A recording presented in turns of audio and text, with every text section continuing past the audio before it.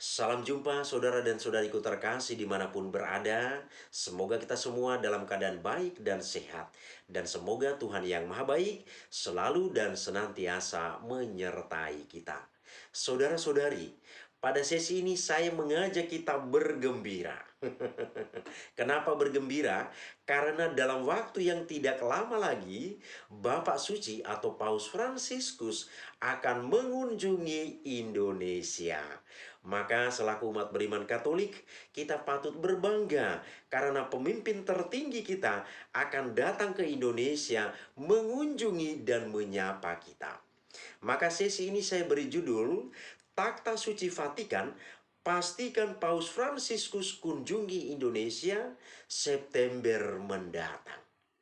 Saudara-saudari, memang pada waktu-waktu kemarin atau waktu-waktu sebelumnya ini, di media-media sosial itu cukup dihebohkan tentang berita kunjungan Paus Fransiskus ke Indonesia. Tapi itu masih sebatas berita. Kenapa masih sebatas berita? Karena pihak Vatikan sendiri belum memberikan konfirmasi atau kepastian tentang kunjungan dari Bapa Suci tersebut. Nah, saat ini sudah ada kepastian dari pihak Vatikan tentang kunjungan Bapak Suci ini. Maka kita selaku umat beriman Katolik patut berbangga, berbahagia, dan bergembira karena pemimpin tertinggi akan segera datang mengunjungi kita.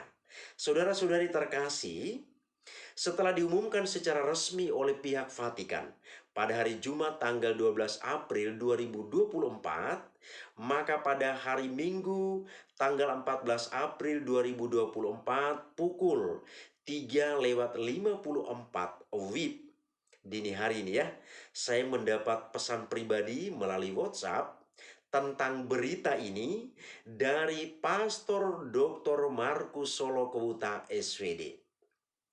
Beliau adalah ofisial dikasteri untuk dialog antar umat beragama Takhta Suci Vatikan dan wakil presiden Yayasan Nostra Aetate. Nah, barangkali saudara-saudari bertanya, kenapa kok bisa ada komunikasi, ada relasi dengan orang dalam Vatikan? Saudara-saudariku terkasih, jawabannya sederhana. Bahwa Pastor Markus ini adalah saudara saya.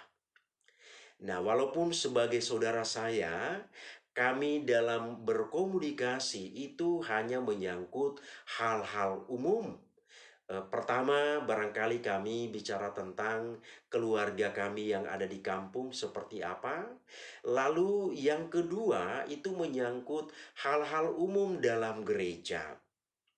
Jadi saya secara pribadi pun menyadari bahwa beliau punya jabatan penting di Vatikan, dan dalam komunikasi itu saya tidak serta-merta berbicara atau menanyakan segala sesuatu, terlebih-lebih menyangkut hal-hal atau hal-hal yang berkaitan dengan internal Vatikan. Ini harus saya jaga sebagai keluarga dari beliau sendiri. Jadi kami berkomunikasi, tetapi komunikasi itu hanya hal-hal yang sifatnya umum. Kemudian berita ini saya terima dari beliau pun, ini sudah secara resmi diumumkan di Vatikan. Lalu selang beberapa waktu atau bahkan dari Jumat ya, Jumat 12 April saya menerima pesan ini tanggal 14 April, berarti sudah lewat 2 hari.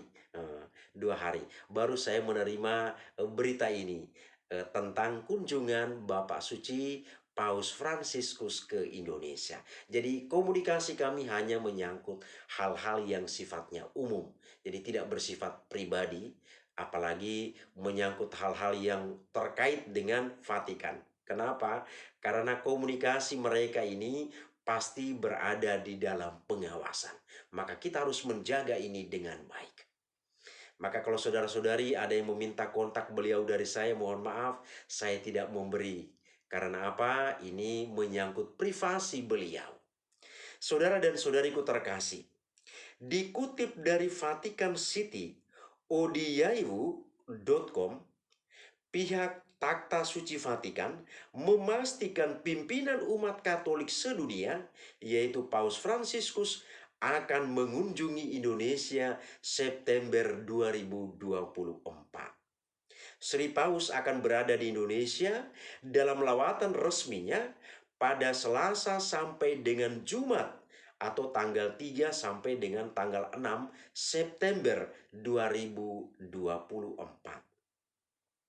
Dr. Bruni melalui kantor berita Vatikan pada hari Jumat tanggal 12 April 2024 mengumumkan pihak Vatikan memastikan bahwa Sri Paus akan mengunjungi Indonesia selama 4 hari. Paus juga dijadwalkan akan melanjutkan kunjungannya di Papua Nugini, Timor Leste, dan Singapura. Maka berbahagialah saudara-saudara saya di Timor Leste, penonton setia channel ini ya.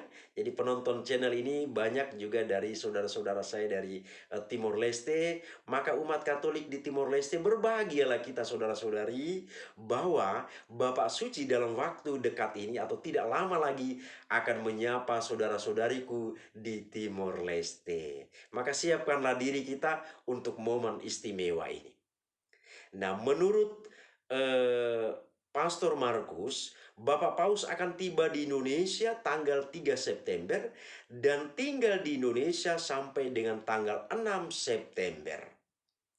Menurut Pastor Markus, ahli Islamologi. Jadi Pastor Markus ini adalah seorang ahli Islamologi ya, ilmu tentang agama Islam, yang berasal dari Kampung Leweuran, Flores Timur, Nusa Tenggara Timur.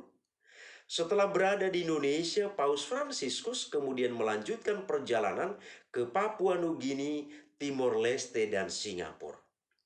Mudah-mudahan semua rencana ini bisa terlaksana dengan baik berkat doa-doa kita semua, kata Pastor Markus. Pastor Markus juga menambahkan bahwa kunjungan Sri Paus ke Indonesia tentu saja merupakan sebuah kegembiraan besar bagi Gereja Katolik Indonesia dan juga untuk bangsa dan negara. Kita ingat saudara-saudari, Bapak Paus atau Bapak Suci pernah mengunjungi kita, yaitu Paus Yohanes Paulus II yang sekarang menjadi santo. Kunjungan itu terlaksana atau terjadi pada tahun 1989. Sudah cukup lama ya, maka sudah saatnya memang Bapak Suci Fransiskus akan hadir juga di Indonesia mengunjungi kita. Kini kata Pastor Markus, mata dunia tertuju ke Indonesia. Ya wajar dong, pemimpin tertinggi mengunjungi Indonesia. Banyak yang mulai mencari tahu tentang Indonesia. Kehadiran kita umat Katolik di negara majemuk menjadi sorotan dunia. Selain itu, ujar Pastor Markus, visibilitas Indonesia dengan itu juga diangkat di panggung internasional. Di atas semuanya itu, kunjungan Sri Paus akan membawa banyak pesan moral dan keagamaan yang sangat penting untuk menghidupi iman kita dan menata bangsa dan negara. Namun, urai Pastor Markus, kita harus catat bahwa masih 5 bulan lagi hingga bulan September. Kesehatan Sri Paus agak rapuh akhir-akhir ini.